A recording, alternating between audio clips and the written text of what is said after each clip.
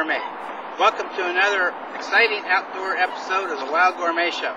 Today we've got our trusty little goodie bag here, and we're going to go out here on the sand flats and the Taft area in the Siletz Bay of Lincoln City and collect us some Varnish clams. They're a nice little small clam. They're very invasive in the bay, and so we can really come out and find a lot and get our limit pretty quick. So come along with me and I'll show you how to get them.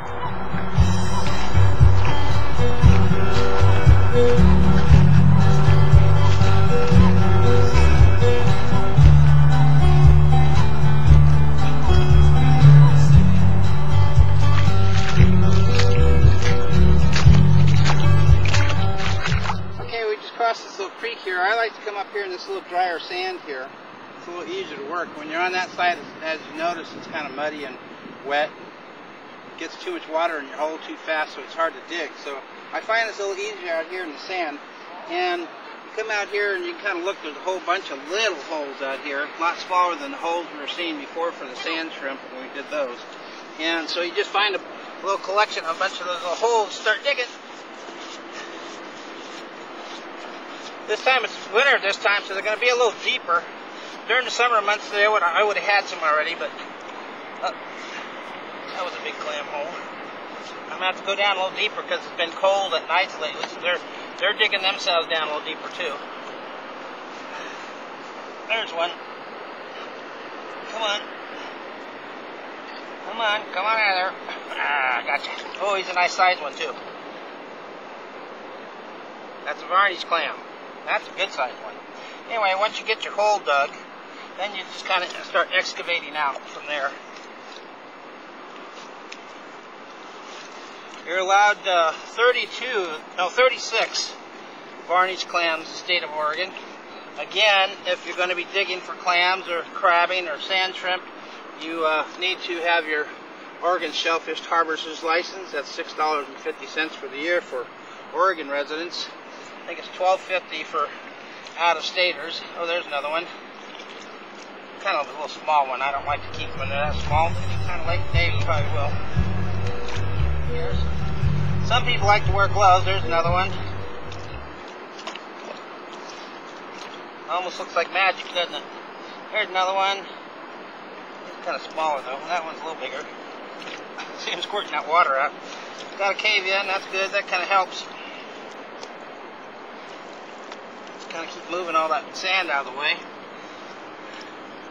Like I said, just kind of start excavating out from your original hole, and you'll keep finding. There's another one, and they're a little deeper. That's a bigger one again. Oh yeah, there's a little digger foot out there. See that? Move those over. It's about the easiest clamming in the world to get clams. If you're hungry and you want to eat some clams for dinner, this is the place to come and do it. And you'll get your limit pretty fast. And one limit is probably about 3 to 4 pounds. That's like enough for 2 people for dinner. One limit. So if you have a family of 4, you can come out here and get quite a few clams. There's another one. Oh, come on, come on. Oh, that's another nice big one. I like the big ones like that. That's the little ones. Anyway, as long as you don't break them, you can size up. So after you get your limit, go through and pick out the small ones, put them back in the hole, and you can keep digging until you have 36 nice big clams. That is legal to do as long as you don't break the shell. But that's why I dig by hand. If you use a shovel or something hard to dig with, the shells are so soft they will break.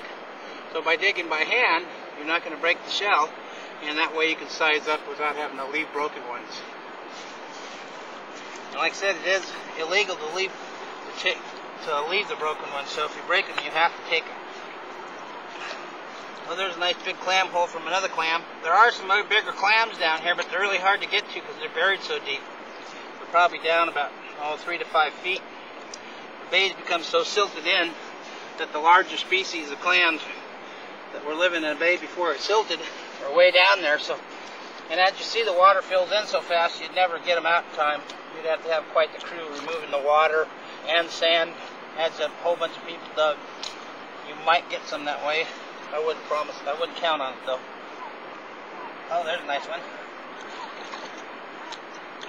Good one. They're real pretty. The shells are brilliant lavender inside. I'll show you later when I cook them. I haven't seen any laying around out here, but got a really nice color. You could use them for all kinds of jewelry making, for necklaces and earrings, especially. Some of the smaller ones would make lovely earrings, I think. I haven't tried to do that yet, but I should. Start selling them anyway to make some money around here sometimes.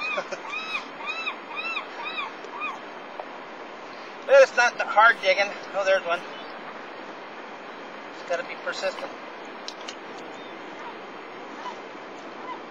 Keep spreading out. There's another one. Sometimes you find little pockets of them. There'll be 3 or 4 or 5 in one spot.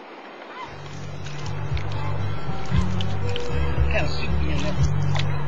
Oh, there's one. Oh, yeah. That's a nice one. Cave in.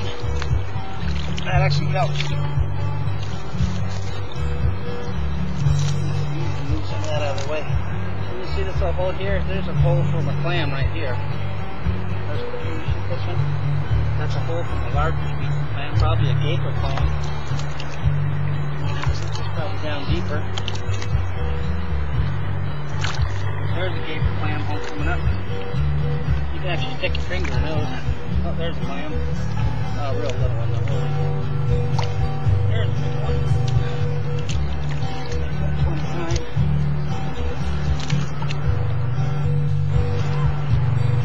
I think we got about 30. 31. 5 more clams still. 1. 2. About 3 or 4 more to go. I have a limit here already.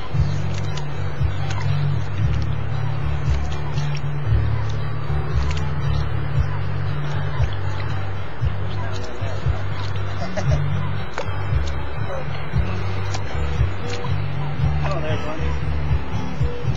Oh, it's 2 of them actually. Actually, I got 3. Oh, here's that little gaper foot there sticking out. See his little foot? That's his little digger foot. They actually dig into the sand with that.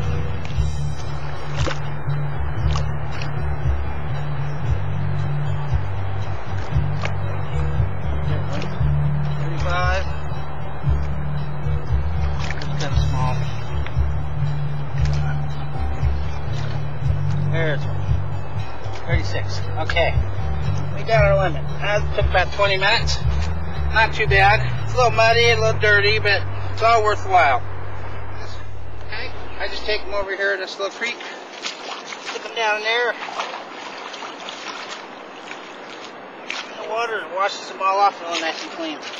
I'm gonna dump them in the water, just show them to you again. You see how pretty they look when they're cleaned up. Isn't that beautiful sight? That looks nice in a plate too, or a big bowl if you want to do them as steamers. I like to take them and do them on the half shell. Just barely cook them until they open, and then put sauces on them and serve them on the half shell. They look quite lovely. But that's dinner.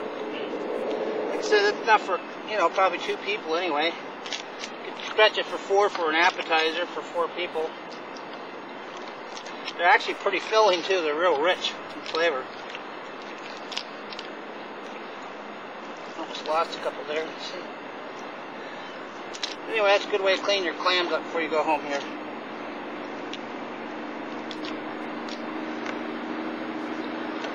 And boy, what a beautiful night here on the bay.